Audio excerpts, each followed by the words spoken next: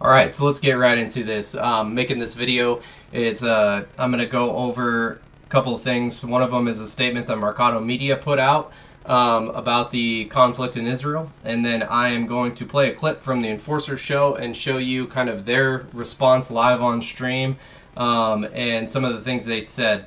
Now, I just want this to be a lesson. If you're still an Enforcer supporter and you still watch their stream, just make sure that when they say things, you actually go and you get the details, you get the evidence, look at the actual context of what things are done and said, because this has been a repeated thing with them where they take something that somebody says and they spin it into a false narrative or take it completely out of context to make it seem like the person is saying or doing something that is completely 180 from what is the actual truth.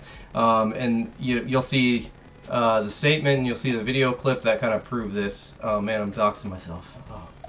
Anyway, so this is what the Mercado Media said. I support the Palestinian people. I do not support Hamas, and I condemn all war crimes, even those committed by the Israeli government in Gaza.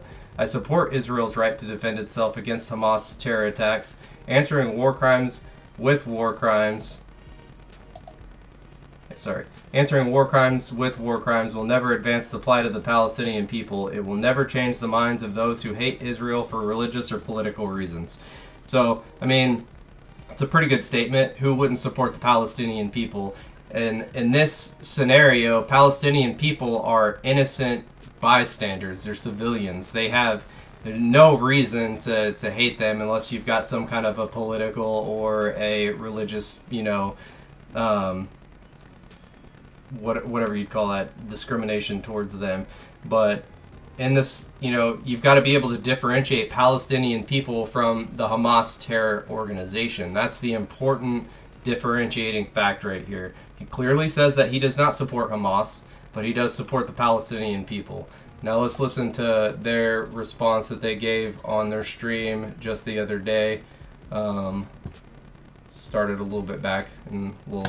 It's like they're still terrorists. Like, hell, I don't care if the terrorists were on my side. If they're terrorists, I'm assuming they're probably some kind of a group of bandits or...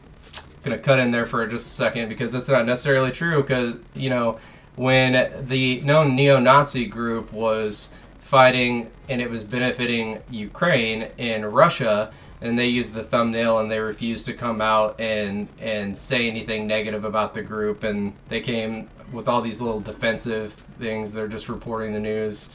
I mean, didn't really seem like they were interested in calling out the bad guys then.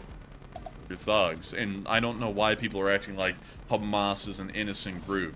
I mean, pictures like that confirm they are going out of their way to make sure that civilians will get killed when Israel inevitably responds and attacks them, so that way they can try and play victim and then make Israel look bad. And I mean, Israel does look bad, I can't deny that either. When Israel blows up a Hamas rocket site, but then they also end up killing a few kindergartners because it was right next to a kindergarten, it doesn't really look good. And, obviously so, it wouldn't look that good.